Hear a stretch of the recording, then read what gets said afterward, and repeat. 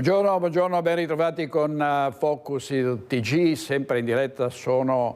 È passato da un minuto il mezzogiorno, partiamo con una notizia di cronaca nera. Scomparso durante un'escursione Simone Noal, è stato trovato morto. Sentiamo tutti i particolari in diretta telefonica da Tiziana Bolognani. Dici tutto, Tiziana. Buongiorno direttore. Sì, purtroppo le ricerche di Simone Noal avviate ieri pomeriggio, subito dopo la denuncia di scomparsa ai carabinieri presentata dalla famiglia, si sono concluse nel peggiore dei modi. Il 39enne di Ponte nelle Alpi è precipitato per una ottantina di metri da un sentiero ed è stato ritrovato individuato in fondo a un canale nella zona di Cima Veneggia questa mattina alle 7:40. Siamo nella zona del Passo Valles, dove le ricerche dalla tarda serata di ieri si erano concentrate dopo che la sua Jeep Renegade era stata ritrovata nelle vicinanze del passo dai carabinieri delle stazioni di Falcade e di Agordo. Da quel momento nel parcheggio del rifugio è stato costituito un posto avanzato di coordinamento delle ricerche a cui hanno partecipato, oltre ai carabinieri dell'Arma bellunese, anche quelle del Primiero con le squadre del soccorso alpino di Falcade, della Guardia di Finanza di Passorolla e Primiero con i Vigili del Fuoco di Trento. Per le ricerche nella notte a bordo di un elicottero è stato sistemato anche un drone con termocamera dei Vigili del Fuoco che attorno alle 2:30 ha captato un flebile segnale. Poi la nebbia alle 4:30 ha avuto il sopravvento, ha fatto interrompere i voli, ma questa mattina alle 6 Falco 2, il secondo elicottero in servizio estivo in provincia di Belluno, ha imbarcato 2 soccorritori per una ricognizione aerea e l'epilogo alle 7:40, vi dicevo, di questa mattina, con il rinvenimento del corpo di Simone Noal in un canale sotto i Pascoli, dove per l'appunto il 39enne è ruzzolato per una ottantina di metri. Simone Noal era molto conosciuto non solo a Ponte nelle Alpi, dove risiedeva, ma anche a Belluno. Era il direttore del punto vendita Eurobrico nella centralissima Viale Europa, chiusa nel dolore la famiglia, chiusi nel dolore gli amici e i colleghi che oggi abbiamo sentito, questa mattina abbiamo sentito, e sono stati proprio i colleghi ieri, non vedendolo arrivare, ad avvisare i familiari, ed è in quel momento che si è appreso che Simone Noal era uscito lunedì di prima mattina dalla sua abitazione per andare a fare una escursione in montagna, di cui era grande appassionato. È tutto. Grazie molte Tiziana Bolognani, responsabile della nostra redazione bellunese. Stiamo tutti bene, siamo salvi, sono le prime comunicazioni alle famiglie da parte dei 10 animatori trevigiani del gruppo parrocchiale di Camalò, Sant'Andrà, Povigliano e Arcade, che ieri pomeriggio si trovavano a bordo del traghetto che da Piombino li stava portando sull'isola d'Elba. Dopo circa 15 minuti dalla partenza, nella sala motori dell'imbarcazione si è sviluppato un principio di incendio. Immediatamente sono scattate le operazioni di sicurezza con il rientro in porto del mezzo e l'evacuazione delle 300 persone presenti, grazie all'intervento di Guardia Costiera e Vigili del Fuoco. Una volta rientrati in porto a Piombino, i passeggeri sono stati fatti scendere, dando priorità ai bambini e alle famiglie, caricati sulla cesta dei Vigili del Fuoco. Vedete ovviamente la comprensibile gioia delle persone che sono scampate a quello che poteva essere un incendio di grosse proporzioni. C'è anche un subacqueo dei Vigili del Fuoco di Vicenza impegnato nelle ricerche dei dispersi della barca a vela affondata in mare a causa del maltempo a largo della costa palermitana. Insomma, più che una barca a vela era un grosso veliero di 56 metri. Il sommozzatore Giuseppe Frison, caporeparto del nucleo dei sommozzatori dei pompieri di Vicenza, sarà infatti impegnato con altri sommozzatori dei Vigili del Fuoco arrivati da diverse parti d'Italia nella delicatissima missione a 50 metri di profondità. Delicatissima perché l'operatività dei sommozzatori a quelle profondità è limitata a pochi minuti. Operazione quindi complicata dalla profondità e dalla posizione dello scafo che richiede personale esperto, ed è un giallo l'affondamento di questo enorme veliero a bordo del quale c'erano miliardari e avvocati, persone dell'alta finanza, perché è colato a picco proprio durante questa tromba d'aria. Sembra che avesse la chiglia alzata, no? Quindi una barca che con questo albero da 57 metri di altezza sarebbe stato subito rovesciato. Andiamo al terribile incidente di Vittorio Veneto, dove alla vigilia di Ferragosto è rimasta coinvolta la campionessa di ciclismo Alice Tognoli. La ragazza è stata sottoposta ad un nuovo delicato intervento chirurgico, mentre la procura ha aperto un fascicolo per lesioni personali gravissime. Queste sequenze drammatiche nel giorno di Ferragosto avevano fatto il Giro d'Italia. L'impatto contro un muretto della campionessa trentina Alice Tognoli, 19 anni appena, impegnata nel circuito dell'Assunta, gara tradizionale di ciclismo che ogni anno porta a Vittorio Veneto i migliori talenti del paese. Un urto violentissimo, quello di Tognoli, su cui la procura di Treviso ha deciso di fare luce, aprendo un fascicolo per lesioni colpose gravissime, con violazione delle norme per la prevenzione degli infortuni sul lavoro, in virtù del suo contratto da ciclista under 23.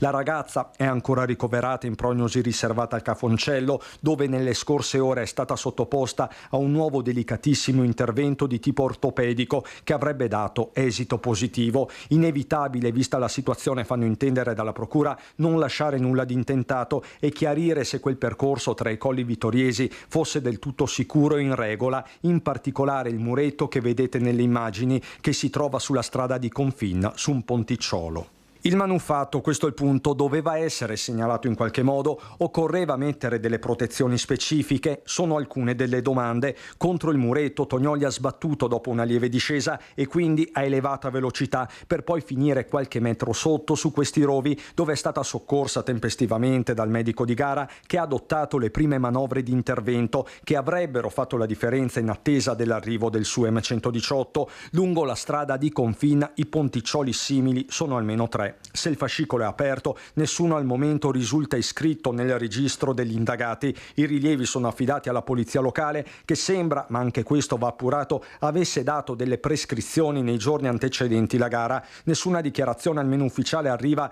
dalla SD cicloturistica di Vittorio Veneto e dal suo presidente Giacomo Salvador. A trapelare è una profonda amarezza per l'intera vicenda. No comment anche da parte di Lucio Rigato, presidente della squadra Fassa Bortolo Top Girl di Spresiano, per cui Tognoli gareggia, dove si resta in attesa dell'evoluzione del quadro clinico. Quanto al comune, la voce è quella del vice sindaco con delega allo sport Marco Dus. Dal nostro punto di vista, naturalmente, massima fiducia nei confronti della polizia che si sta muovendo e sta facendo tutti i rilievi del caso. Come amministrazione stiamo seguendo invece l'evolversi la situazione clinica di Alice che ci preoccupa ancora un po' e a cui naturalmente vanno i nostri migliori auguri per una pronta guarigione. È stato indagato un noto giostraio per la morte di Massimo Feletto, il cinquantenne disabile che era stato investito, travolto e ucciso ad Ormelle. L'indagato, perché ovviamente è sotto inchiesta, dice però non ero io alla guida di quel mezzo. L'ho sentito nell'immediatezza, ha detto io non c'entro niente con questa vicenda. Quindi il suo assistito Vittorio Spigolone ha detto io non c'entro nulla. Io non c'entro nulla con questa vicenda. Nega con forza ogni addebito Vittorio Spigolon, noto giostraio di Oderzo, al momento l'unico indagato per la morte di Massimo Feletto, il cinquantenne travolto e ucciso da un'auto pirata nella sera di domenica 14 luglio a Tempio di Ormelle, mentre stava passeggiando con la badante, una quarantenne marocchina rimasta ferita. Il dramma a pochi passi da casa. L'accusa nei confronti dell'uomo già coinvolto in passato per furti ai danni di bancomat è quella di omicidio stradale aggravato dalla fuga. In un blitz sequenza del 12 agosto scorso i carabinieri hanno ispezionato alcune proprietà dell'uomo e i luoghi maggiormente frequentati tra Marca Trevigiana e provincia di Verona. La sua Fiat Punto grigia che avrebbe urtato il povero feletto immortalata dalle telecamere della zona però non si sarebbe ritrovata. Probabile che la macchina sia intestata a lui, era intestata a lui. Però di altro allo stato non posso dire niente perché non so nulla. Lo sentirò nelle prossime ore in modo da chiarire un po' la vicenda. Insomma, qualcun altro, la versione del giostraio, aveva in uso il mezzo, forse una donna, con gli inquirenti che però non demordono e confidano ancora di ritrovare quell'auto che di fatto è il corpo del reato. Indagata per favoreggiamento risulta anche un'altra persona. A sperare in una svolta sono i tanti che hanno voluto bene a Massimo, non solo i familiari avvolti nel loro dignitoso silenzio, ma anche l'intera comunità di Ormelle. Ringrazio le forze dell'ordine, penso sia importante per la famiglia sapere chi ha ucciso il loro caro, dice il sindaco Andrea Manente, con lui gli abitanti di Tempio. Devono parlare perché non è giusto che finisce così una brava persona che non dovrebbe fare questo fine. Quindi insomma chissà deve parlare. Chissà deve parlare, sì, per pulirsi la coscienza, diciamo, liberarsi da questo fatto che ha fatto male. Speriamo bene, speriamo che sia la volta buona, che sia fatta chiarezza e speriamo che venga preso veramente il vero colpevole, non qualcun altro per coprire come si sentivano chiacchiere, e appunto per il povero Massimo sia fatta giustizia e per i loro familiari, insomma. Tutti qua al Tempio non vediamo l'ora che vengano presi questi delinquenti, perché non è che puoi dire altro. Questo è tutto. Adesso andiamo a Spresiano perché a quanto pare i lupi hanno deciso di occupare la pianura, scendono dai monti e vengono avvistati nei paesi. A Spresiano addirittura uno di questi lupi si è avvicinato alle abitazioni e ha aggredito un cane. Andiamo in diretta da Marta Marangone, da Nicoletta Rizzetto. A te Marta. Sì, buongiorno direttore, buongiorno a te e ai telespettatori che ci stanno seguendo da casa. Siamo a Spresiano, in via dei Murazzi, nella zona delle Grave del Piave, in aperta campagna, una delle zone peraltro più belle, più frequentate dai cittadini per le passeggiate. Qui siamo nel portico di casa della signora Luisa, dove ieri sera all'ora di cena ha fatto la sua apparizione il lupo, con delle conseguenze che potevano essere davvero tragiche per questo cagnolino che vedete che la signora ha in braccio, Alvin, che è stato azzannato dal lupo. Signora, vuole raccontarci cosa è successo? Certo, noi eravamo qui seduti con la mia famiglia che dovevamo mangiare, ci avevano appena portato le pizze, avevamo il cancello aperto ovviamente, il cane era qui vicino a me, seduto tranquillo, e all'improvviso l'abbiamo sentito urlare perché è arrivato il lupo, l'ha preso per il collo e se l'è portato via, è andato di là. Noi abbiamo preso paura, abbiamo portato dentro tutto, ci siamo chiusi dentro casa. Dopo abbiamo sentito silenzio, abbiamo pensato che il cane ormai non ci fosse più e invece per fortuna, non lo so, è riuscito a scappare, ne è venuto qui, l'abbiamo fatto entrare, il lupo è ritornato, si è presentato qui dalla rete, ha guardato un po' e poi ha fatto il giro della casa, è andato di là e di là mi ha preso un gatto perché l'ho proprio sentito, iniziava a urlare di nuovo e poi si è allontanato. Noi abbiamo vissuto dei momenti di paura perché tutti possono dire ma il lupo non attacca l'uomo, il lupo non fa niente. Sinceramente quando ti capita e te lo trovi e tu per tu è pauroso. A vedere che ha portato via il cane è stato molto pauroso, ma dopo a sangue freddo pensandoci, se qui ci fosse stato un bambino piccolo, il lupo non lo vedeva, lo portava via, aspettiamo cosa? Adesso stiamo iniziando veramente ad aver paura. Io ho 2 figli e hanno preso tanta paura. Ecco, qui con noi c'è anche il sindaco di Spresiano, Marco Della Pietra. Sindaco, insomma, i cittadini cominciano davvero ad avere paura perché ormai sono parecchie settimane che il lupo sta facendo la sua apparizione nei comuni rivieraschi del Piave, qui a Ponte di Piave, a Maserada, a Salgareda. Sì, adesso è chiaro che qui la paura si è vissuta, per cui sicuramente c'è la sensazione è diversa rispetto a quella della stragrande maggioranza della cittadinanza, che non può neanche immaginare la reazione che potrebbe avere rispetto ad un lupo in giardino. Diciamo che si comincia a percepire la presenza e quindi un po' di meno tranquillità c'è.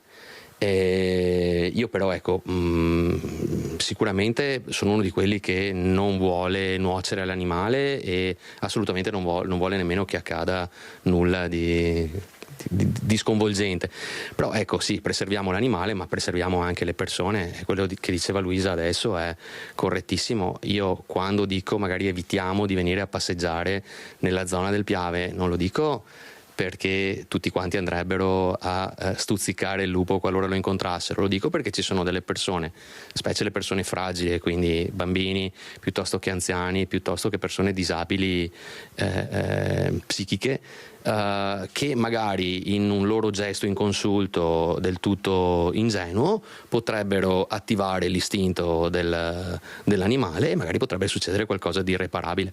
Per cui ieri sera qualcuno mi ha attaccato per un post che ho fatto, no? di attenzione, mi ha accusato di essere allarmista. Non si tratta di essere allarmisti, si tratta di dire c'è un lupo che gira per il Piave, sappiatelo che c'è, e magari certe persone che evitino di girare per il Piave per non andare incontro a conseguenze magari sconosciute ma che possiamo immaginare. Ecco, dicevamo che è ormai da tempo, insomma sono quasi 3 mesi dal primo avvistamento del lupo qui sul Piave. Le autorità preposte sono state avvisate. Che cosa si sta facendo insomma alla fine per catturare questo animale, Sindaco? Io non lo so, non mi è dato sapere perché non è di mia competenza. Noi siamo deputati a fare le segnalazioni e a dire quello che succede. Poi c'è un apparato anche piuttosto complesso, a sto punto mi viene da dire, perché effettivamente non so,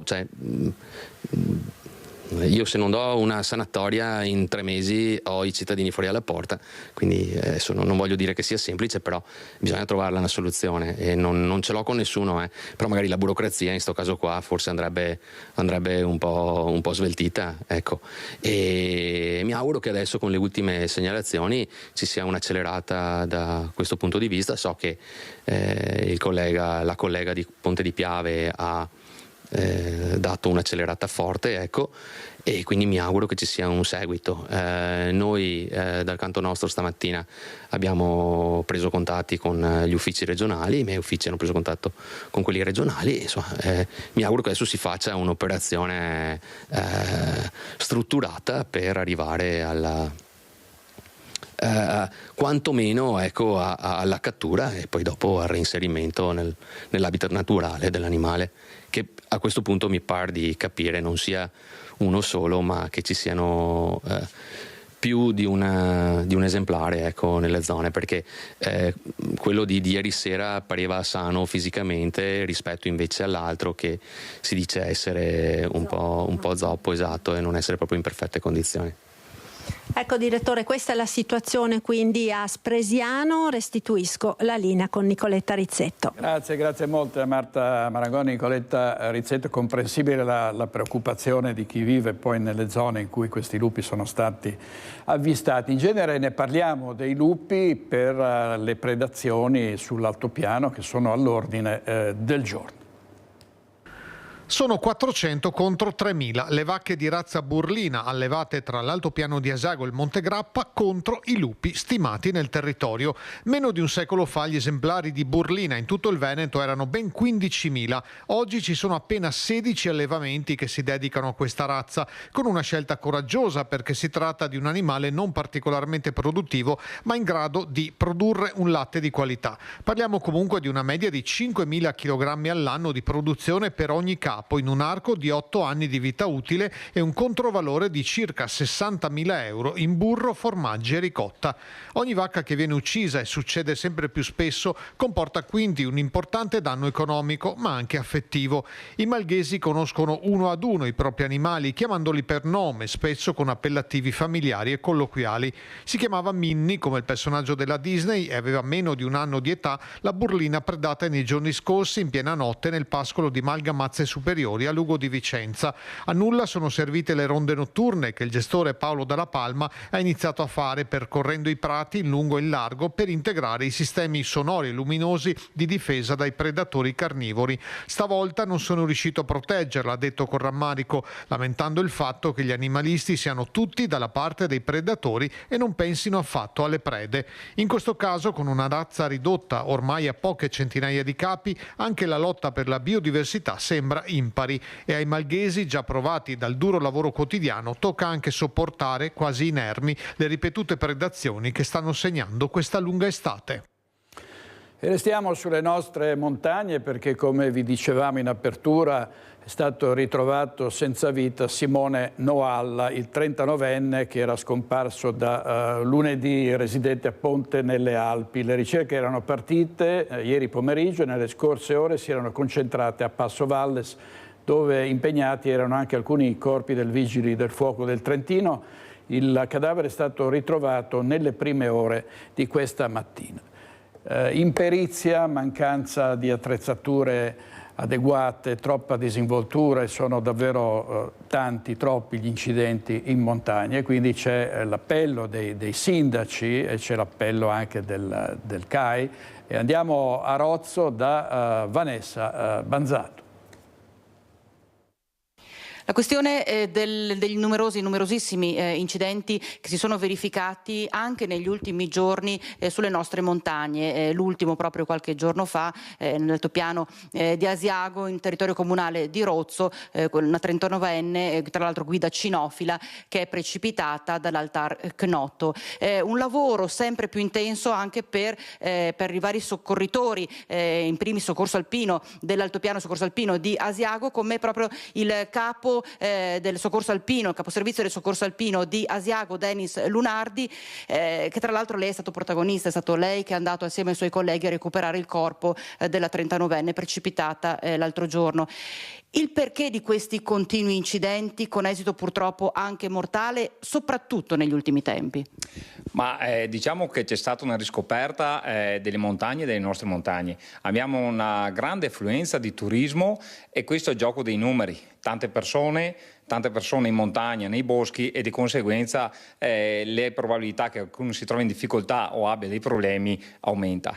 Abbiamo riscontrato oltretutto un approccio alle montagne non adeguato. C'è una parte che è preparata, ma una grande fetta di persone non sono preparate all'escursionismo, non sono preparate o non conoscono appunto l'ambiente montano e dove si stanno camminando, fanno le gita, e spesso, ahimè, questo comporta ad arrivare insomma a situazioni di pericolo e di difficoltà. Ecco, tra l'altro io ho parlato dell'altopiano, in realtà è di poche ore fa anche il ritrovamento del corpo di un escursionista che pareva appunto semplicemente scomparso, in realtà era precipitato, quindi l'ennesima vittima. Però ne stiamo registrando troppo spesso. Beh sì, come ho detto prima, insomma, molte persone vanno in montagna e di conseguenza può capitare. I sentieri bisogna anche capire che hanno avuto una metamorfosi importante negli ultimi anni, causata da vaia, causate da queste inondazioni, da queste piogge sempre più importanti, e quindi insomma diventano sempre un po' più pericolosi. Gli enti locali so che stanno facendo di tutto per tenerli a posto. Ma bisogna avere veramente buon senso, il classico buon senso, quello che ti passa la mamma a casa, no? Fai attenzione, stai attento, se vedi che non ce la fai o che hai dei problemi, rinuncia, torna indietro, vai in compagnia, cerca di avere insomma una compagnia adeguata insomma, per l'escursione, e nel caso insomma questo non bastasse ci siamo noi. Per allertarci basta fare il numero unico di emergenza che è il 118, risponderà alla centrale operativa che subito metterà in contatto con le squadre del soccorso alpino che poi insomma in base alla situazione si metteranno in moto. Comunque lei dice buon senso e attenzione al massimo possono essere gli ingredienti, almeno i primi ingredienti per cercare di non incorrere in un'avventura che si trasforma in una disavventura alla fine, ma non solo. Beh, non solo, ci vuole una preparazione propria. un abbigliamento adeguato, scarponi adeguati, uno zaino preparato. Dico sempre, ricordatevi bene, anche per un'escursione di mezza giornata, soprattutto il pomeriggio, preparate sempre lo zaino con l'idea di, o comunque consci di poter stare fuori la notte. Pomeriggio uno ha un problema, si perde o si fa male, non riesce più a muoversi, quello probabilmente passa fuori una notte, e quindi avere con sé una giacca a vento, un berretto, un telo termico, adesso costano veramente poco, una pila frontale per vedere sia per se stessi e per lampeggiare verso i soccorsi che stanno arrivando, avere un telefono sempre carico e magari all'interno avere delle cartine e un sistema di allerta o di GPS. Noi come Soccorso Alpino abbiamo realizzato in ambito nazionale un'app che si chiama GeoResc, e quello dà la possibilità o comunque aiuta ad avere la propria posizione e anche allertare i soccorsi. C'è proprio un pulsantino, basta schiacciarlo e quello manda le coordinate alle squadre del Soccorso Alpino, e quindi per noi diventa molto più semplice e più tempestivo arrivare sul problema. Ultima battuta: in alcune zone della nostra montagna c'è la questione dei collegamenti, dei telefoni che non prendono. Beh, certo, non sempre c'è campo telefonico. Io consiglio sempre, appunto, mentre si cammina, siccome il telefono spesso lo prendiamo in mano anche durante le escursioni per fare le foto, per guardare, mandare ogni tanto, se c'è campo, mandare un messaggio a casa. Sono a questo punto. Perché se poi da lì in poi non c'è più campo, ma almeno noi sappiamo che nel giro delle 3 ore a 2 ore dell'escursione eri in quel punto, e già ristringiamo insomma quella che è l'area di soccorso. Poi non fidiamoci appunto esclusivamente del telefono, come ho detto prima, le batterie, specialmente d'inverno, quindi tiriamole addosso, si scaricano, non c'è campo, e questo insomma fa sì che bisogna essere minimamente consci dell'utilizzo di una cartina topografica e di avere un minimo di senso orientamento. Prima insomma di smarrirci cerchiamo un attimo di fare il punto a situazione e dire ok, sono partito da là, la cartina mi segna più o meno qua, e quindi insomma avere un minimo di idea di dove ci troviamo. Bene, questo purtroppo succede in montagna. Sulle nostre strade continuano gli incidenti. Vediamo l'ultimo in ordine di tempo pubblicato dalla Tribuna di Treviso: schianto in moto la notte di Ferragosto, è morto dopo 5 giorni in ospedale. Non è nemmeno l'ultimo in ordine di tempo, perché è accaduto 5 giorni fa. È intervenuto poi il decesso di Simone Scaramuzza, 44 anni, era accaduto l'incidente a Preganziol, le sue condizioni erano apparse da subito disperate. E ancora un giallo, la morte del 18enne trovato morto sulla Pontebbana. Continuano le indagini, al settaccio più di 100 telecamere, si sta rafforzando la pista di un investimento, sarebbe stato investito, travolto da un camion, ma ancora molti punti da chiarire. Frame dopo frame, automobilista dopo automobilista, i carabinieri stanno circoscrivendo, non solo temporalmente, la concatenazione di eventi che ha portato alla morte di Cheikh Tidiane Bance, il 18enne ritrovato senza vita domenica all'alba sulla Pontebbana in territorio di Nervesa della Battaglia. Dopo aver acquisito le immagini di tante telecamere pubbliche e private, l'attenzione degli inquirenti si è concentrata su alcune decine di mezzi. In tanti casi sono scattate vere e proprie ispezioni nei domicili e nei luoghi di lavoro dei rispettivi proprietari e conducenti, tra questi anche alcuni camionisti. Una nota è stata diramata dalla procura anche alle carrozzerie della marca, così da segnalare urti e danneggiamenti sospetti. Accanto alle ispezioni si stanno raccogliendo anche preziose testimonianze, secondo cui il ragazzo era a piedi e solo dopo aver trascorso parte della serata e nottata all'Odissea, come da lui stesso documentato su alcune storie di Instagram, ora al vaglio della procura. Al momento l'unica auto a risultare lesionata con la gomma anteriore destra a terra è questa Clio scura appartenente alla donna, un'infermiera che domenica mattina di rientro dall'aeroporto Canova ha lanciato l'allarme accanto a un altro automobilista. Il mezzo è ancora sotto sequestro e anche questo non è affatto un dettaglio. Probabile che il ragazzo sia stato urtato mentre era già riverso a terra. Chiaro che la fase è delicatissima, con la procura che attende l'esito dell'autopsia che si terrà nelle prossime ore e che dovrà soprattutto escludere un'eventuale aggressione precedente l'investimento, ipotesi non prevalente ma che resta sul tavolo degli inquirenti. Cosa ci facesse un 18enne in questo angolo oscuro di Pontebbana è ancora un mistero. Sarà celebrato sabato mattina alle 10 nel Duomo di Rossano Veneto il funerale di Riccardo Zanchetta, il 27enne morto nell'incidente stradale avvenuto mercoledì 14 a Bassano. La moto guidata dal giovane si era scontrata con un furgone all'altezza dell'incrocio tra Viale Asiago e Via Canove. Zanchetta era stato portato in condizioni già gravissime all'ospedale San Bassiano, dove era aspirato poco dopo il ricovero. Lascia Anita col piccolo figlio Ettore, i genitori Paolo e Claudio, Luciano e le sorelle Irene e Anna. Andiamo a Trieste sul giallo che riguarda la morte di Liliana Resinovic.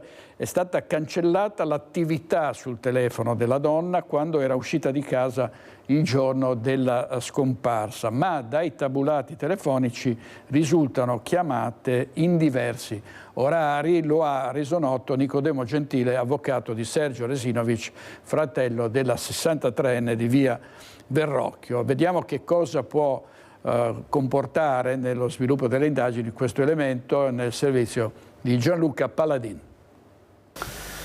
Dal cellulare di Liliana Resinovic risulterebbe cancellata la chiamata con l'amico Claudio Sterpin delle 8:22 del 14 dicembre 2021, giorno della scomparsa della donna. Più in generale, un'anomala discrasia fra quanto risulta dai tabulati telefonici e quanto è stato memorizzato dal telefono della 63enne sarebbe stata rilevata nel corso degli accertamenti tecnici sul dispositivo di Liliana. Lo ha reso noto Nicodemo Gentile, avvocato di Sergio Resinovic, che ha anche chiesto un'estensione della consulenza tecnica. Gentile ha anche segnalato che fra le 11:24 e le 13:06, quando Liliana era uscita, lasciando il cellulare a casa, dai tabulati è emersa attività del dispositivo, mentre non ce n'è traccia sul telefono. Gli accertamenti sono stati disposti dalla Procura a seguito di una specifica richiesta della difesa del fratello della donna. Richiesta tendente a verificare le cause dell'attivazione della segreteria telefonica sempre in quella data, il 14 dicembre 2021 alle ore 10:56. Secondo Nicodemo Gentile si tratterebbe di una questione di fondamentale importanza ed è per questo che un'istanza è stata formalizzata alla Procura affinché il quesito oggetto dell'incarico conferito al proprio consulente tecnico sia esteso fino a ricomprendervi l'individuazione dei motivi per i quali si è riscontrata l'incongruenza fra quanto registrato dai tabulati telefonici e il contenuto del cellulare. Il legale ha anche chiesto di ottenere copia integrale del dispositivo anche per chiarire cosa sia successo in occasione della telefonata delle 10:56 in entrata sul telefono di Liliana e di comprendere quando sia stata cancellata la chiamata delle 8:22 fra la 63enne e Sterpin, che appunto risulta dai tabulati ma non nel registro chiamate dello smartphone di Liliana. Si tratta, ha concluso il legale di Sergio Resinovic, di dati che devono essere inevitabilmente acquisiti all'indagine. Allora, torniamo sull'altopiano di Asiago, dove c'è Vanessa Banzatto con il nostro operatore Andrea Benetti per le troppe tragedie in montagna che accadono purtroppo a persone che si improvvisano alpiniste il più delle volte. Andiamo in diretta. A te, Vanessa. Buongiorno a te direttore e alle persone che ci stanno seguendo. Io mi trovo assieme al sindaco di Rozzo, Lucio Spagnolo, perché proprio a Rozzo, uno dei comuni dell'altopiano, si è verificata la seconda tragedia della montagna nel giro di 2 anni, quando appunto la donna di Cesena, la 39enne di Cesena, è morta precipitando dall'Altar Cnotto. Sindaco, sono episodi che fanno davvero riflettere, soprattutto sul fatto anche del mai improvvisarsi escursionisti alpinisti quando si affronta la montagna. Sì, certamente la montagna ha una gran fascino, una grande poesia, però è madre e anche matrigna, bisogna stare attentissimi, bisogna approcciarsi alla montagna con spirito di assoluta attenzione e rispetto. Paradossalmente in montagna tante volte succedono incidenti proprio alle persone più esperte, perché con superficialità affrontano i percorsi o i sentieri. Allora attenzione, molta attenzione, perché è assolutamente impossibile mettere in sicurezza la montagna. Ci possono essere alcuni siti che possono essere messi in sicurezza e preparati anche per il turismo, ma voi vi rendete conto che la montagna, abbiamo 400 km quadrati di territorio in altopiano, non possono essere messi in sicurezza tutti. Certo. E quindi queste cose dispiacciono molto, portano grande dolore nelle famiglie purtroppo interessate delle vittime e anche nelle nostre comunità, ma non frustrazione o prostrazione, perché abbiamo fatto tutto quello che potevamo fare. I sentieri sono curati, i nostri volontari tengono in ordine il territorio, più di così davvero non si può fare. Attenzione e soprattutto tanta responsabilità. Ecco, abbiamo sentito anche tra l'altro il capostazione del soccorso alpino di Asiago, Ellis Lunardi, che ci ha detto come magari molto spesso proprio tutta la zona dell'altopiano viene presa un po' sotto gamba, non viene affrontata in maniera importante con la dovuta attenzione, come magari potrebbero essere le Dolomiti. Sembra una montagna facile, montagne arrotondate, sentieri chiari, vicinanza anche ai luoghi, ai centri abitati, però non è solo così, anche se vogliamo vedere cime che arrivano fino a 2200 metri, quindi non troppo elevate, però non è così, perché qualsiasi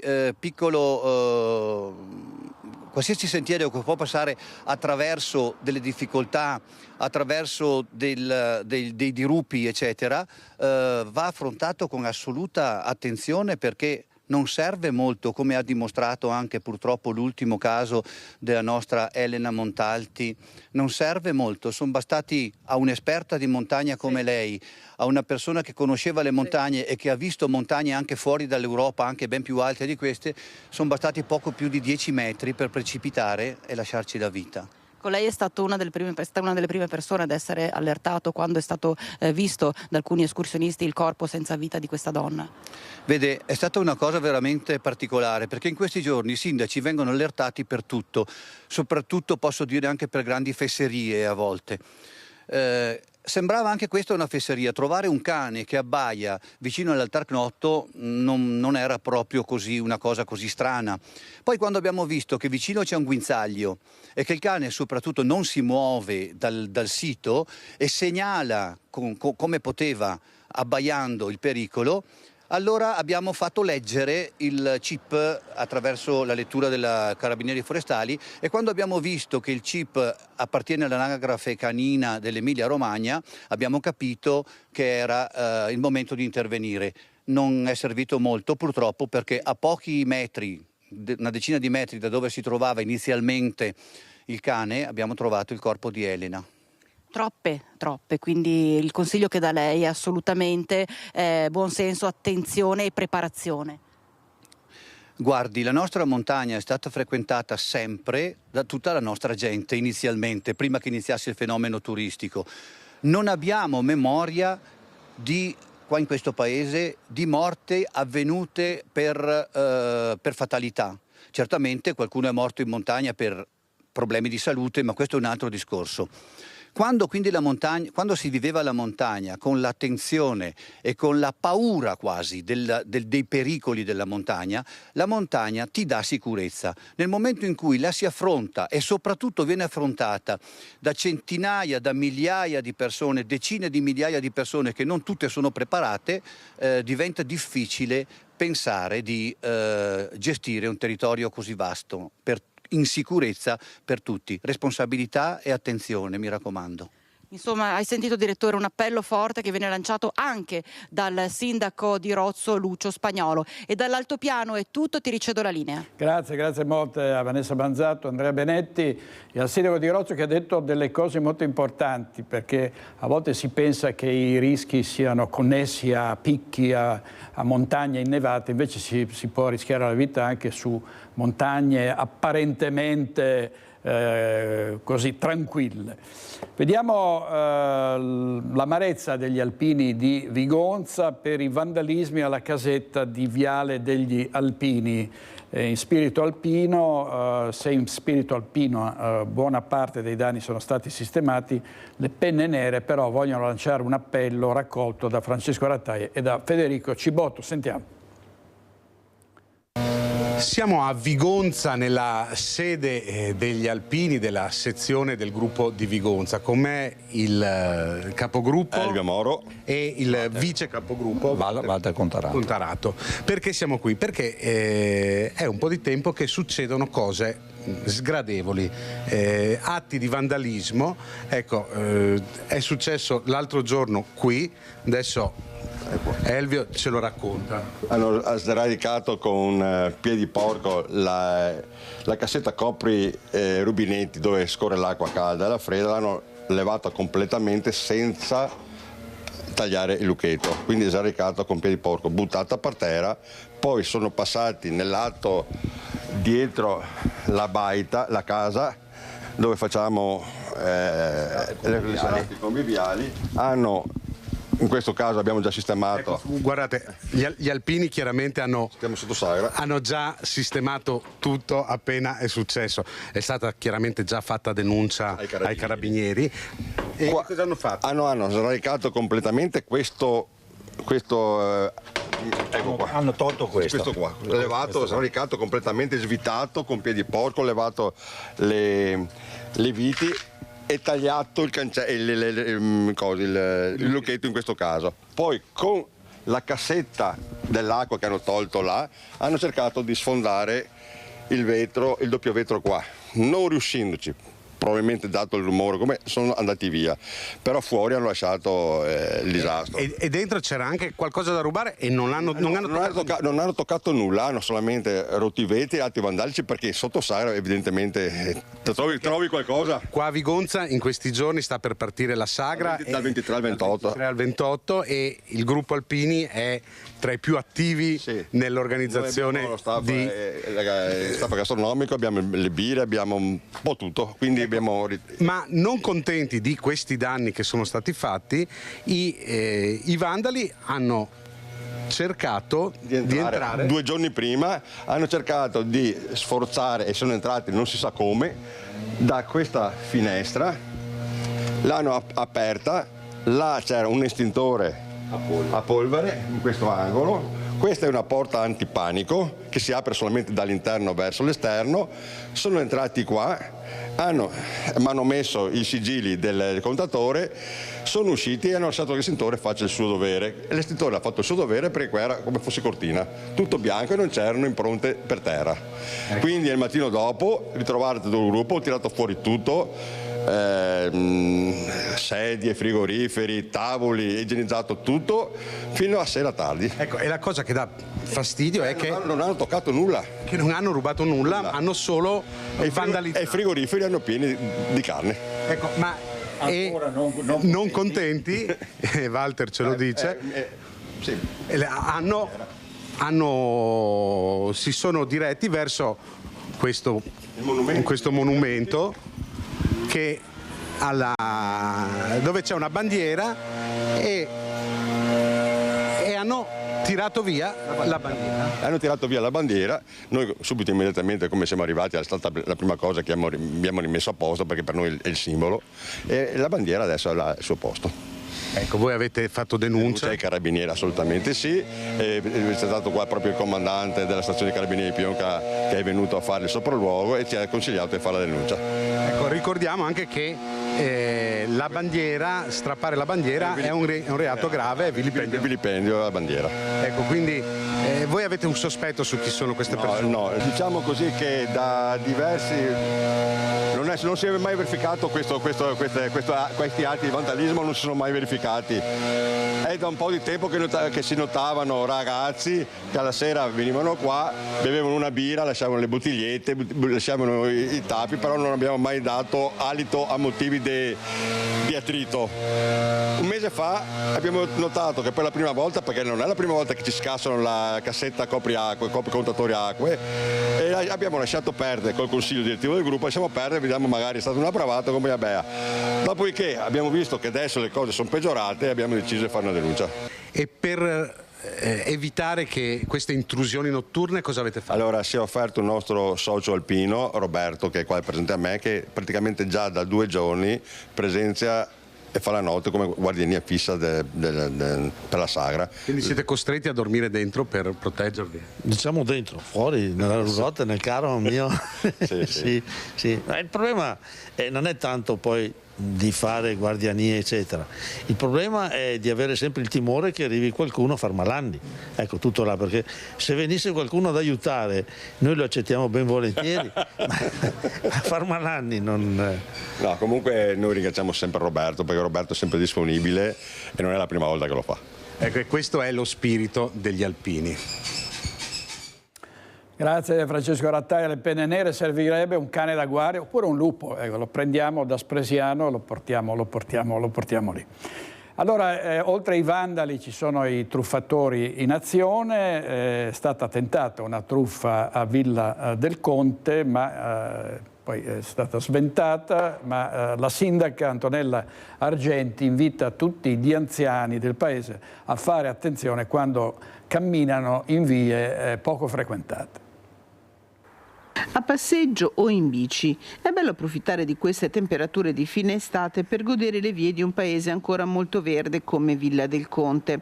Peccato che anche questo possa diventare pericoloso, in particolare per le persone anziane, a cui Antonella Argenti, sindaco del comune, si è rivolta attraverso i canali social per lanciare un appello a fare molta attenzione. 2 i casi in pochi mesi, uno avvenuto poche ore fa, quando una donna vestita di bianco sulla quarantina ha avvicinato un anziano che alle 10 del mattino passeggiava lungo la pista ciclabile chiedendogli informazioni su una via inesistente. La donna, insistente, ha anche iniziato a toccargli mani e braccia, mirando probabilmente all'orologio indossato. L'anziano ha capito cosa stava accadendo e urlando è riuscita ad allontanarla. 2 mesi fa una signora era andata molto peggio e la fantomatica donna vestita di bianco era riuscita a scappare con la catenina d'oro.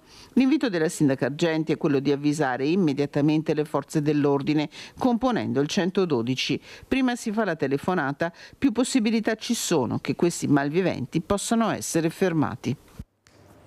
Vediamo adesso il sequestro di 75 kg di carne avariata. Sentiamo i particolari. Sporcizia, caldo e diversi chili di carne stipati all'interno e destinati a numerosi ristoranti. È stata davvero una brutta sorpresa quella che ha riservato agli agenti della polizia locale il controllo su strada in via Avanzo a Padova di un furgone isotermico con la sigla ATP che prevede il trasporto a temperature controllate condotto da un cittadino cinese di 40 anni. Nel furgone non funzionava la refrigerazione e la temperatura era pari a quella esterna. Negli scatoloni, tra verdura, arance e cipolle, c'erano 75 kg di carne lavorata privi di scontrino, di tracciabilità, contenuti in sacchetti di nylon. Secondo quanto riferito agli agenti dal conducente, la merce era stata acquistata per essere rivenduta da alcuni ristoranti cinesi all you can eat di Padova. Avvisate le autorità sanitarie, i 75 kg di carne sono stati immediatamente sequestrati per essere poi smaltiti presso un centro di raccolta. Servizio di Chiara Gaiani, oggi in regia Andrea Basso e Italo Morao. 74.000 euro sequestrati dalla polizia erano il frutto della vendita di stupefacenti per la strada, proprio lo spaccio in strada a Padova. Un arresto e 3 denunce per spaccio di droga diventano l'occasione per la questura di Padova per fare il bilancio su un'attività criminale che continua a essere molto redditizia.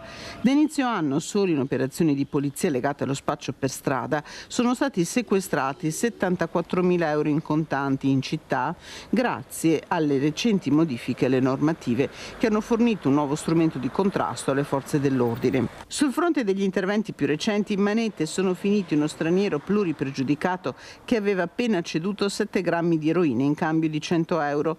Un secondo straniero è stato denunciato per spaccio di cocaina con un sequestro in denaro di 900 euro.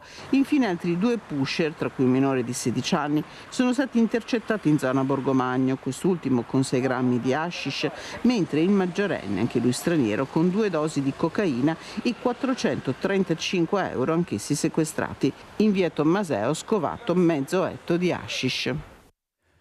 E a volte i pusher vengono arrestati durante i controlli delle forze dell'ordine ed è successo a Vicenza, dove un pusher è stato appunto preso davanti al parcheggio di un ospedale. I carabinieri, durante un controllo davanti al parcheggio dell'ospedale San Bortolo in via Ridolfi, hanno trovato un cittadino nigeriano senza fissa dimora in possesso di cocaina ed eroina suddivisa in dosi e la somma contante di oltre 500 euro ritenuta provento dell'attività di spaccio, oltre che di 2 cellulari. Arrestato e portato in carcere il giorno successivo, a seguito della convalida dell'arresto, è stato messo in libertà con l'obbligo di firma quotidiano presso la stazione dei Carabinieri di Vicenza. Servizio di Luisa Bertini. Andiamo adesso a Venezia, in piazza San Marco, perché ci sono le acque alte d'agosto, quindi acque alte eccezionali, e le proteste dei commercianti in diretta. Anna Maria Parisi, a te la linea, Anna. Sì, eccoci direttore, buongiorno. Siamo con un ospite eccezionale che ha lasciato il posto di lavoro per essere qui con noi, lo ringraziamo, ovvero Claudio Vernier, presidente dell'Associazione Commercianti Piazza San Marco, che poi riunisce tutta l'area marciana, che con commercianti e anche singole attività vede niente po' di meno che oltre 150 persone tra associazioni e commercianti. Qui sta succedendo un pandemonio, Presidente, perché questi picchi record di acqua alta agostana in questo agosto 2024, come vediamo dalle immagini di Sandro Ponchio, stanno mettendo seriamente in difficoltà il commercio qui in piazza San Marco. Sì, diciamo che quella che era un'eccezione, quindi questi eventi di acqua alta estivi che erano rarissimi, stanno purtroppo diventando l'abitudine. E quindi c'è un problema, perché rispetto a quando accade nei periodi autunnali la città è preparata con le passerelle, cosa che in questo momento non c'è. Questo significa che abbiamo la città piena di turisti e i turisti non sono preparati e non sanno nemmeno come muoversi rispetto a un fenomeno pensando che sia un parco giochi, e invece sappiamo bene che l'acqua non è neanche troppo pulita. Assolutamente non è pulita, e questo sta rendendo Venezia un vero e proprio parco acquatico, come ha ben detto lei. Con Sandro Ponchio poco fa siamo stati lungo le procuratie, dove c'è un'altra attività che ha veramente altrettante problematiche, che si troverà costretta anche oggi a chiudere per diverse ore lungo le procuratie. Sì, certo, a questo momento siamo a circa 85 cm, il picco era previsto per 100 all'una, forse è stato leggermente abbassato, ma questo significa che lungo le procuratie vecchie avremo più di 10 cm di acqua. E questo rende impossibile per le persone di camminare sotto le procurative, ma in quasi tutta la piazza. Infatti in questo momento qui dovrete aggiungere 10 cm. Aggiungere 10 cm significa sostanzialmente tutta questa zona di piazzetta San Marco diventerà una piscina. In effetti adesso sono le 12:52, siamo appunto in diretta e a breve sarà previsto il picco massimo. Che cosa significa per le attività commerciali qui in piazza San Marco non avere né le passerelle né le sirene? L'ha detto chiaramente, ma che cosa significa anche non essere avvisati laddove le previsioni da giorni parlavano di questi picchi record? Sì, ovviamente c'è un danno economico rilevante e un problema anche per i dipendenti che vengono lasciati a casa. Il problema però è anche un altro, nel senso che ci sarebbero gli strumenti per intervenire ma non vengono utilizzati. Durante i concerti di luglio sono state fatte le prove per la chiusura delle valvole che sono frutto dei lavori di questi anni per la messa in asciutto dell'isola di Piazza San Marco, e hanno funzionato, quindi la piazza, nonostante l'alta marea, rimaneva asciutta. Invece in questi giorni, nonostante le previsioni, non vengono utilizzati. Noi, non è una provocazione ma è una richiesta vera, se durante l'estate capitano questo tipo di fenomeni c'è la necessità di farsi coraggio e, per tutelare la sicurezza dei turisti e dei veneziani, forse bisognerebbe alzare il Mose.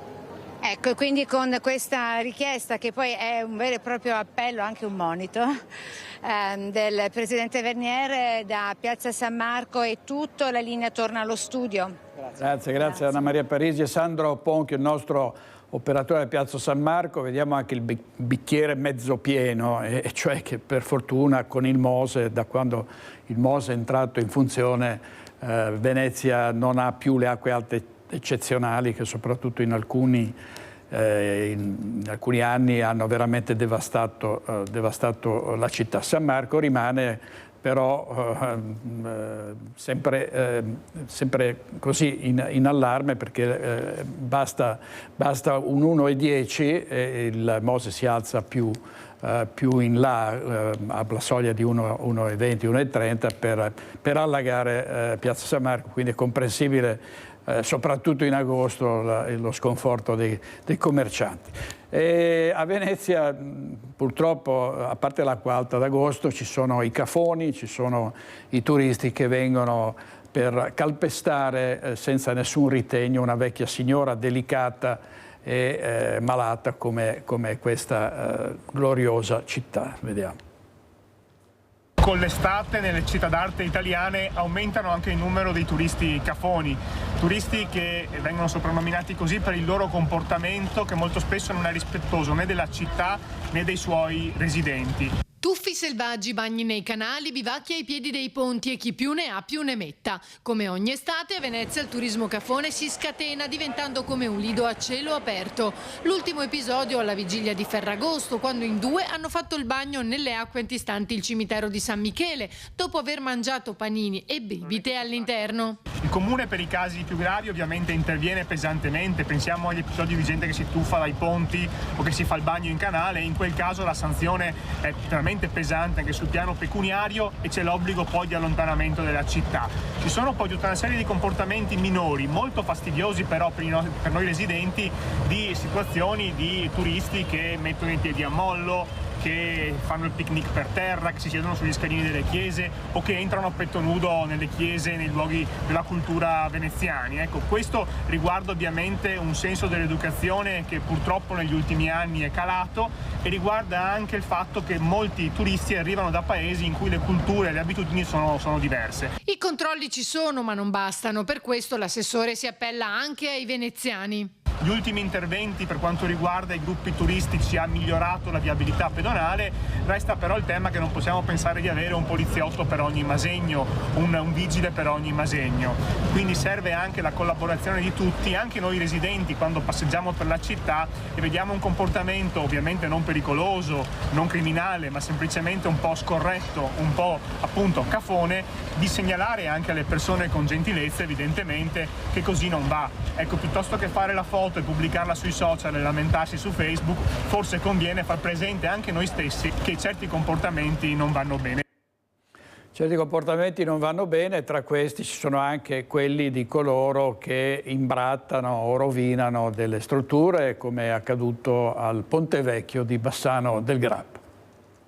Ci sono ferite che lasciano cicatrici nell'anima e si sa, nell'anima dei bassanesi il Ponte Vecchio occupa un posto speciale.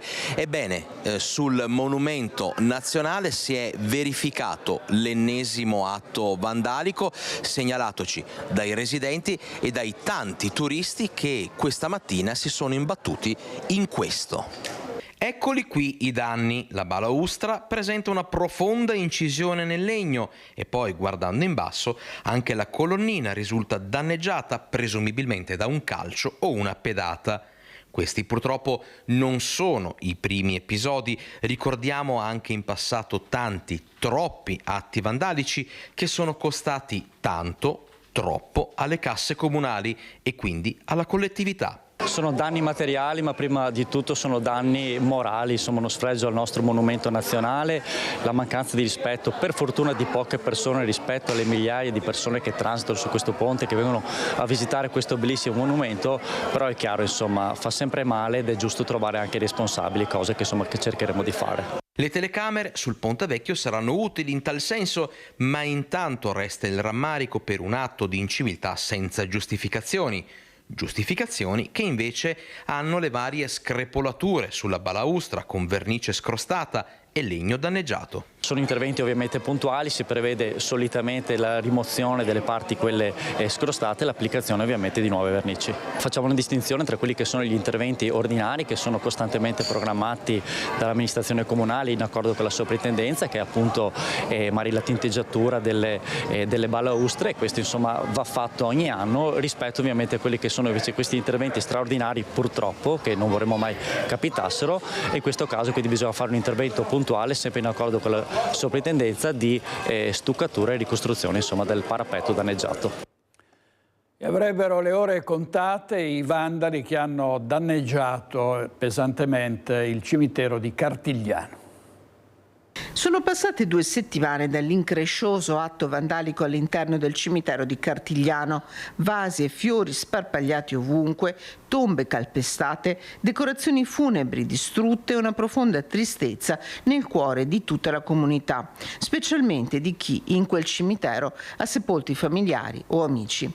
Le indagini per risalire i colpevoli sono ancora in corso, ma il sindaco Germano Racchella spiega che il cerchio si sta chiudendo. Stanno proseguendo le indagini contro ignoti, anche se sembra, come da delle segnalazioni, che siano stati dei ragazzini che sono stati beccati all'interno del cimitero anche lunedì dei cittadini con le biciclette che facevano delle scorribande. Questo è un caso che ci deve far pensare, far riflettere, perché arrivare a dei ragazzini che vanno all'interno di un cimitero con le biciclette, scambiano come una pista di mountain bike, è una cosa che ci deve far riflettere tutti.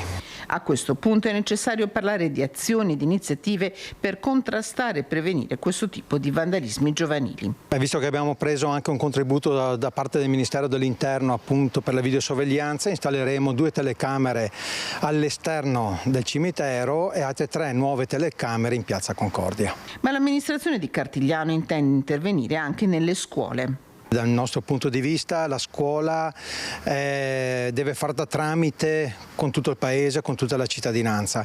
Dunque noi contiamo molto sull'aiuto delle scuole, degli insegnanti, ed è proprio per questo che insisteremo nel rifare il Consiglio Comunale dei Ragazzi. In tema di sicurezza verranno potenziati i controlli anche in previsione della sagra di Scalchi che partirà il 22 agosto. Quando c'è un evento di un certo livello, ad esempio la sagra di Scalchi, che è un evento oramai diventato una bellissima tradizione nel nostro paese, pensiamo anche alla sicurezza, oltre ad avvisare le forze dell'ordine che se cortesemente fanno qualche passaggio in più durante quelle 4 serate, abbiamo anche la protezione civile che ci viene a supportare per tutte le 4 serate e rimangono là dalle 7 di sera fino a mezzanotte.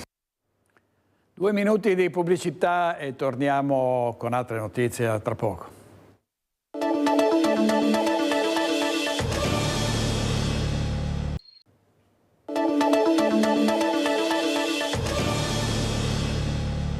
Noi in diretta con Focus TG vediamo la politica, una novità che riguarda un movimento che ha lanciato recentemente il generale Roberto Vannacci, europarlamentare della Lega, e si sta procedendo anche ad organizzare questo movimento in Veneto e si dice che potrebbe diventare a novembre un partito. Sentiamo Nicola Zanetti.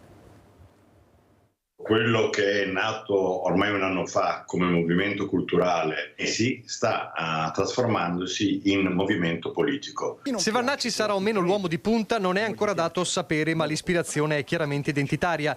Il nome del partito è ancora tutto da creare e non sarà probabilmente quello del movimento culturale dal quale prende origine, quel Il Mondo al Contrario che fa dei 12 capitoli dell'omonimo libro del generale il manifesto fondante. A Grosseto in novembre il congresso che farà nascere la creatura politica legata a doppio filo al personaggio più discusso degli ultimi mesi, capace di fare incetta di voti alle europee in seno alla Lega ma da indipendente.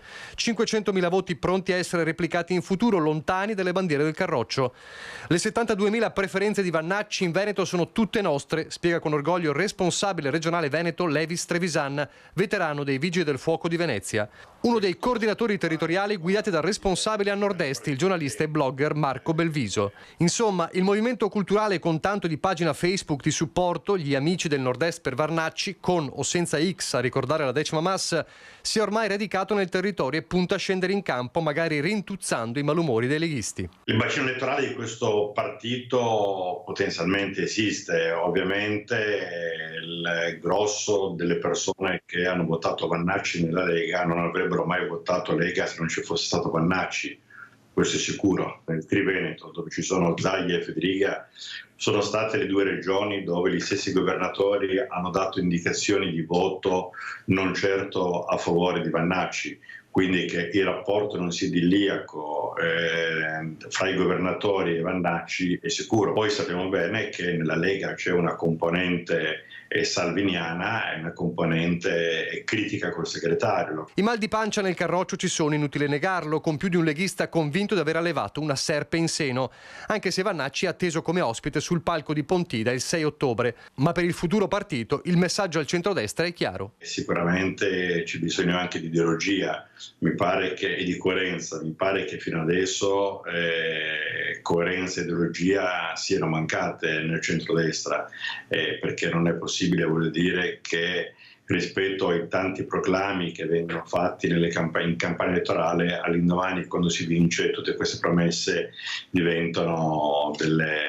vanno in dimenticatoio. Omofobia, razzismo e fascismo, le accuse che il movimento ormai quasi partito è deciso a rigettare. Non siamo assolutamente di estrema destra, siamo un movimento culturale di persone, voglio dire, che è piuttosto eterogeneo. Se poi quella X che faceva riferimento nel pensiero di Vannacci alla 10ª, non quella fascista, ma a un altro tipo di 10ª, va a preoccupare tanto, voglio dire, i sogni o la tranquillità dell'Ampi. Pensare ancora ai sommergibili di 100 anni fa mi sembra veramente un segno di resa. E di questa iniziativa del generale Vannacci abbiamo parlato anche ieri sera a Focus. Tra gli altri ospiti c'era Marzio Favero, consigliere regionale della Lega. Sentiamo cosa ha detto. Devo dire la verità, francamente non mi importa nulla di quello che può fare Vannacci.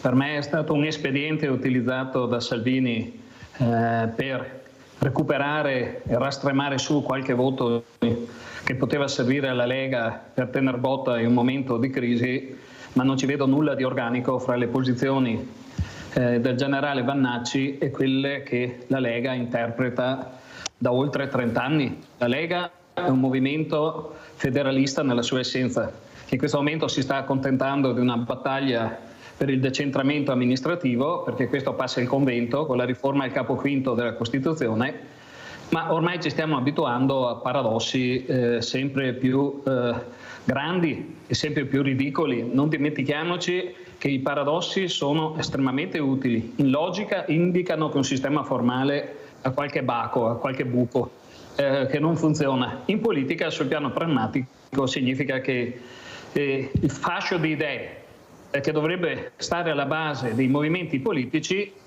si è dissociato e quindi ci sono spazi anche per gli avventurieri tipo Vannacci. Adesso diciamo... Ci sono spazi anche per gli avventurieri come Vannacci, ha detto ieri sera Marzio Favero a Focus, e ci sarà ai primi di settembre a Treviso la festa democratica del PD dal 3 all'8 settembre tra i big attesi, la segretaria Elly Schlein e anche il governatore della Campania Vincenzo De Luca. Sentiamo. Verrà dalla Schlein, che è l'appuntamento, come dire, clou della festa, ma anche Bonaccini, che è presidente del partito, e poi avremo anche De Luca. Ci aspettiamo scintille, perché De Luca, insomma, è un personaggio che può essere anche, come dire, attirare molto, perché è un personaggio un po' particolare. Aspettiamo tutti i trevigiani. Dal 3 all'8 settembre in Prato della Fiera, per la tradizionale festa democratica organizzata dal PD, sarà presente, oltre a tutto lo Stato Maggiore della politica nazionale, anche Alessandra Moretti, riconfermata a Bruxelles, Chiara Braga, capogruppo PD in Parlamento, Rachele Scarpa, deputata trevigiana, Andrea Martella, senatore e segretario PD regionale, coordinati dal segretario cittadino Giovanni Tonella. Banchetti, dibattiti, cinema all'aperto, stand gastronomici con panini e fritti preparati dai militanti, ma soprattutto tanti temi sui quali confrontarsi. Parleremo anche di donne, perché è anche ora di dire che, insomma, le donne devono avere un loro spazio, e soprattutto parleremo anche di violenza contro le donne, donne, che è un altro tema di cui si parla tanto ma purtroppo non si risolve nulla, e quindi ci saranno dibattiti molto importanti anche sui giovani, sull'ambiente, ma insomma con nomi che attireranno molto. Proprio sulle donne qualche giorno fa Tocchetto si era sbilanciata dicendo che anche Treviso sarebbe pronta per un sindaco donna. Credo che il futuro è donna, lo dimostrano le tante sindache, voglio citarne due o tre, che sono la Barazza, la Stocco e la Bagliana, che sono donne sindache che stanno lavorando benissimo. Ecco, Treviso può rompere questo tabù portando una donna, dopo da sempre che non c'è mai stata, ad essere capo della città, e quindi quando ci saranno le elezioni nel 2028, se così andranno le cose, ci aspettiamo che ci sarà una candidatura a sindaco donna. Nel frattempo il PD è arrivato ad essere il primo partito cittadino, stando ai risultati delle europee, scalzando di fatto la Lega e Fratelli d'Italia. La ricetta è quella di lavorare tantissimo, di essere presenti sul territorio, ed è quello che stiamo facendo, e anche avere candidati competitivi come è stato alle europee, dove tutti abbiamo corso per i nostri candidati, e se tanti candidati portano tanti voti, quella è la ricetta. Poi da sempre noi siamo attenti all'ambiente, siamo attenti alle persone in difficoltà, vogliamo una città molto solidale e molto rispettosa dell'ambiente, e penso che questa può essere la ricetta anche delle future amministrative. A Padova, a un anno dall'installazione delle telecamere ai varchi per il controllo della zona a traffico limitato, si registra un picco di sanzioni. Sentiamo. Da 26.685 nei primi 4 mesi del 2023 a 60.967 nello stesso periodo del 2024. Sono quasi triplicate le sanzioni elevate dal Comune di Padova per l'infrazione dell'ingresso nella zona a traffico limitato del centro storico, effetto dell'installazione delle nuove telecamere aggiuntesi alle 18 già esistenti. Un fenomeno fisiologico, spiega l'amministrazione comunale. Fatto sta che le casse di Palazzo Moroni stanno beneficiando di questi numeri. Nel 2023 dalle multe sono derivati oltre 21 milioni di euro, il 30% in più della cifra incassata nel 2022, e la tendenza è confermata anche per il 2024. In aumento anche le contravvenzioni rilevate dai T-Red, che fotografano i furbetti che passano la strada con il rosso, mentre calano quelle legate agli autovelox, ormai ben conosciuti dagli automobilisti che si muovono a Padova. Ci sono novità per quanto riguarda la ZTL di Bassano del Grappa. Sentiamo cosa ci ha detto il sindaco Nicola Finco. La ZTL della discordia scalda il dibattito in città. Il punto in questione è il parcheggio per i motocicli in zona Terraglio, appena dopo il varco elettronico che segna l'inizio della zona a traffico limitato. La risposta adesso arriva direttamente dal primo cittadino. Preciso che questa è una situazione che ho ereditato, alcuni cittadini mi hanno fatto presente la cosa, tanto è vero che mi sono già mosso sia con il comandante della polizia locale ma anche con l'ufficio tecnico per trovare una soluzione.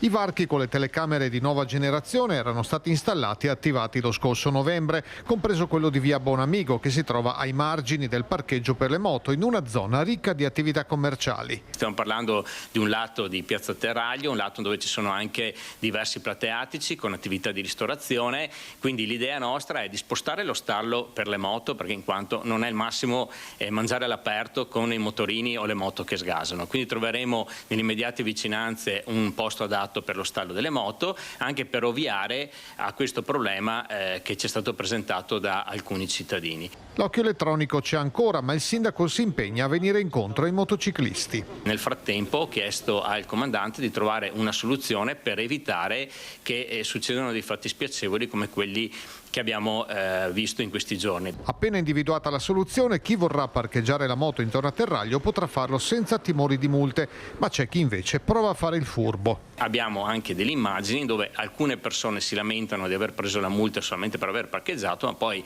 nei fatti sono persone che invece attraversavano il centro di Bassano con la ZTL attiva. Quindi ogni situazione va ovviamente misurata, va calibrata, però stiamo lavorando per risolvere quanto prima questa problematica. Il tema sarà infatti prontamente inserito all'ordine del giorno della Giunta Comunale di questo giovedì per mettere nero su bianco la tutela del centro e la continuità del servizio dato dai parcheggi. Servizio di Mirko Cavallin, e con la città di Bassano ancora semivuota arriva l'ultimo cantiere a ridosso del ponte della Vittoria.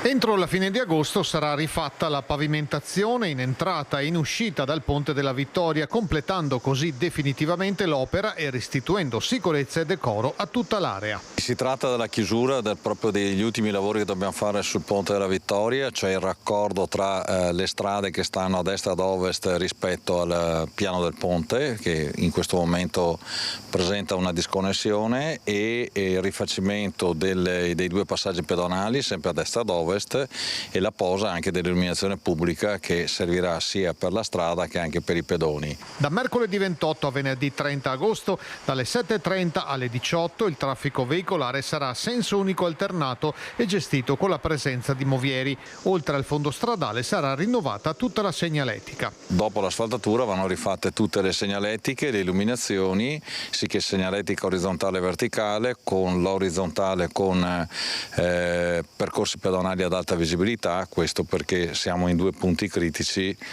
meglio una visione in più che una in meno. Negli stessi giorni altri cantieri per la posa della fibra ottica saranno aperti con restringimento di carreggiata sul lato est di Via De Gasperi, intersezione con Piazzale Cadorna. Stesso provvedimento, ma fino al 2 settembre, riguarda Via Brocchi, Via Raimondini, Piazzale Trento, Via del Cristo, Via Chini, Via Emiliani, Via Ognissanti, Piazza Paolo VI e Viale 11 Febbraio. Per 2 giorni sarà anche chiuso il controviale est di Viale delle Fosse. Tra fine agosto e i primi di ottobre la posa di una canalizzazione comporterà la chiusura parziale di Contra San Giorgio e Via San Vito. In Via San Sebastiano ci sarà il divieto di transito, così come in Via San Giovanni Bosco, dove si aggiunge anche la potatura di alberi di alto fusto che riguarderà anche Via Colmoschin. Infine, il 2 settembre, per interventi di manutenzione ordinaria di un edificio, sarà chiusa Via da Ponte con senso unico alternato sull'omonimo vicolo. E sempre a Bassano del Grappa uno dei punti dolenti è il trasporto scolastico. Adesso alla riapertura delle lezioni il consigliere Gianni Zen propone che se ne occupino seriamente le commissioni consigliari. A 3 settimane dall'avvio dell'anno scolastico si riapre il dibattito sul tema del trasporto. Molte scuole, ma non ancora tutte, hanno concentrato le lezioni su 5 giorni. I problemi del sovraffollamento dei mezzi, delle lunghe attese, specie nell'orario di rientro, e della viabilità cittadina stanno per ripresentarsi dopo la prima campanella. Quelle corse che fino ad oggi sono state critiche perché sovraffollate al mattino, pensiamo dalle 7:30 alle 8, credo che debbano essere monitorate, perché il tema della sicurezza è un tema che le famiglie considerano essenziale. Molti studenti già usano le biciclette per andare e tornare da scuola, ma secondo il consigliere Zen la rete di percorsi ciclabili non è ancora sufficiente, essendo irrisolti molti punti critici con gli incroci a raso. Io credo che un tavolo dei trasporti che discuta effettivamente, di solito si è sempre fatto così, che discuta di queste scelte condivise tra amministrazione comunale, azienda dei trasporti e poi le scuole, insomma, penso sia più di un atto dovuto. Molte famiglie, specie nella scuola primaria e secondaria di primo grado, si danno una mano per il car sharing e risparmiare qualcosa sulle spese di trasporto. Rimangono alcuni punti critici per quanto riguarda la viabilità. E poi ci sono le situazioni di concentrazione del traffico. Pensiamo al centro studi, dove la situazione alle 8 di mattina e alle 13 di pomeriggio è problematica. Quindi ci vuole, credo che le commissioni in qualche modo trasporti e istruzione abbiano da lavorare in questo periodo. Prima della pubblicità una notizia dalla prima pagina del giornale di Vicenza. Tornano i treni tra Vicenza e Verona, ma saranno più lenti fino al 27 agosto. Come ricorderete, il traffico ferroviario tra Vicenza e Verona era stato sospeso il 31 luglio. Pubblicità e torniamo subito.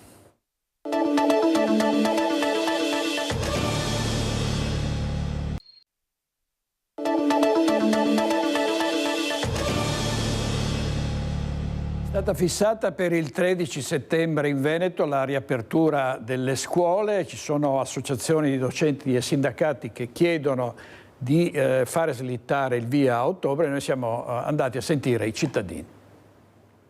Tornare al 1° di ottobre, voi che cosa ne pensate? Amico, i tosi grandi ormai quasi finito. Non so, può darsi, potrebbe essere anche una buona idea, come anche no, insomma.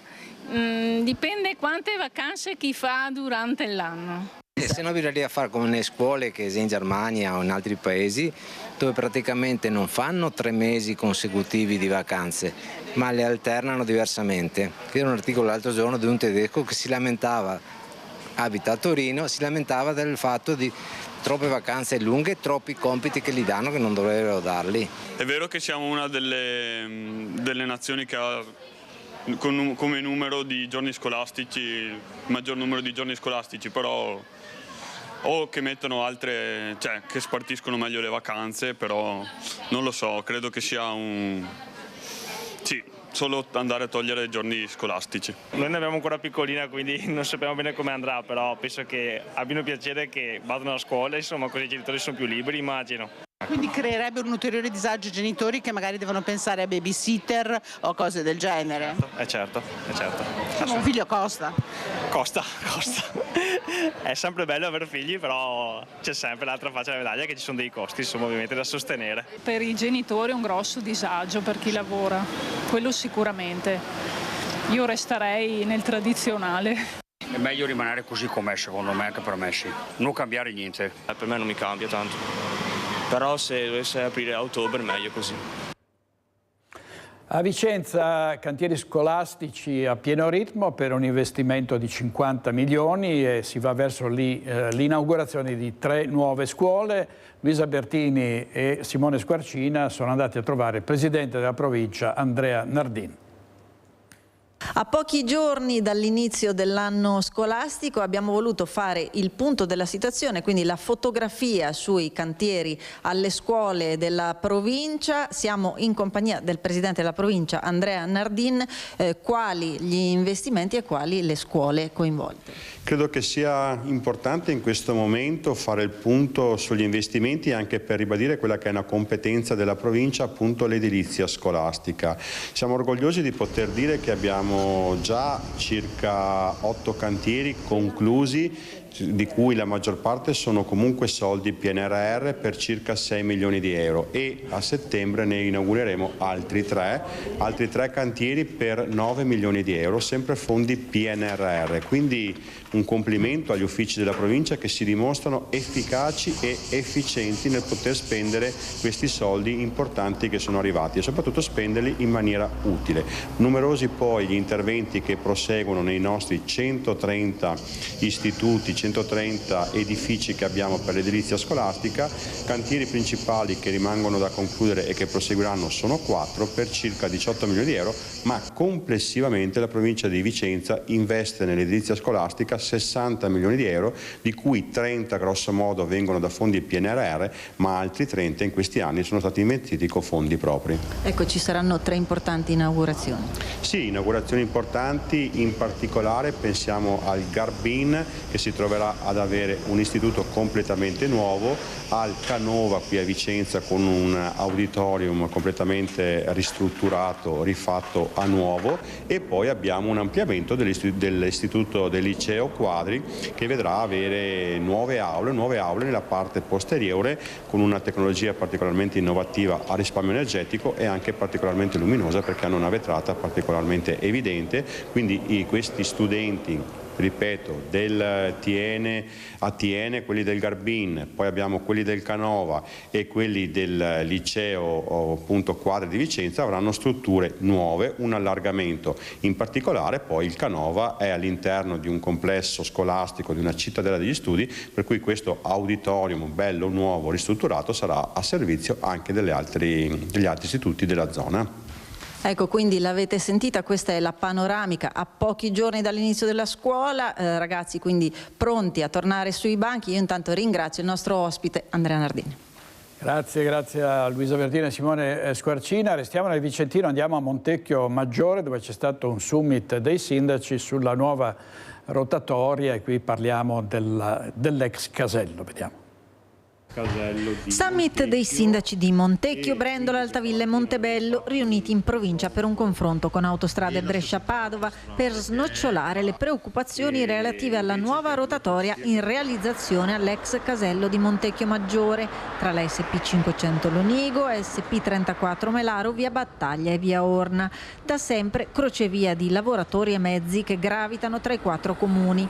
Preoccupazioni relative alla possibilità di un nuovo caos viabilità per la riduzione delle corsie ed eventuali intasamenti, tema sul quale oggi è arrivata però la rassicurazione. La rotatoria sarà a 2 corsie nella parte interna. Per quanto riguarda le corsie di accesso invece non è possibile in questo momento fare già un doppio accesso, quindi una corsia doppia nell'ingresso della rotatoria, ma questo verrà valutato successivamente con nuovi progetti.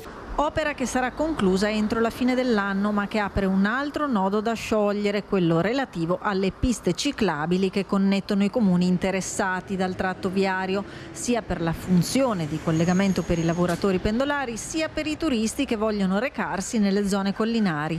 Piste ciclabili che di fatto si bloccano sullo snodo viario, per le quali la provincia intende avviare un tavolo tecnico e valutarne la fattibilità. C'è un tema di riuscire a collegarle, quindi su questo ci sarà un incontro tecnico i primi di settembre per valutare una fattibilità tecnica che mette in relazione quella che è la realizzazione della rotatoria con quelle che saranno le future piste ciclabili, capire soprattutto quelli che sono i costi di un'eventuale realizzazione di queste ciclovie. E sulle piste ciclabili sentiamo il parere dei sindaci.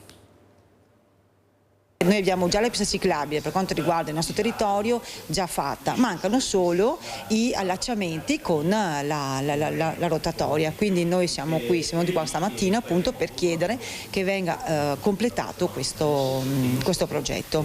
Abbiamo parlato delle piste ciclopedonali e in questo momento non avendo nell'appalto iniziale considerata questa cosa, verrà ripresa successivamente insieme con la provincia e i 3 comuni che andranno a collegarsi, Altavilla, Montecchio e Brendola. Quindi abbiamo avuto la disponibilità sia di A4 per rivedere successivamente un progetto per far questo, sia la provincia che ci ha dato la disponibilità e anche cercherà i fondi per la progettazione. Noi siamo tutti d'accordo nel chiedere, nel mettersi in convenzione anche per uno studio di fattibilità assieme alla provincia e far sì che effettivamente questa parte legata anche a società autostrade venga realizzata. Il nostro obiettivo è proprio quello di permettere anche a chi va a lavorare anche in altri comuni di spostarsi, ma non solo.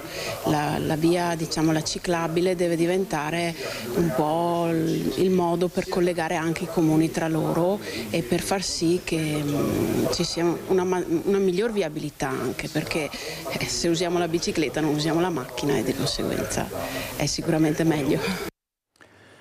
Vi aspettiamo stasera a Focus alle 21:15 con gli ospiti Paolo Benvenu, Marco Brigo, Maurizio Conte, Fabio Crea, Mario Fabris e Alessandro Manera. Tutto per questa edizione, grazie ai nostri registi Andrea Basso e Italo Morao e buona giornata.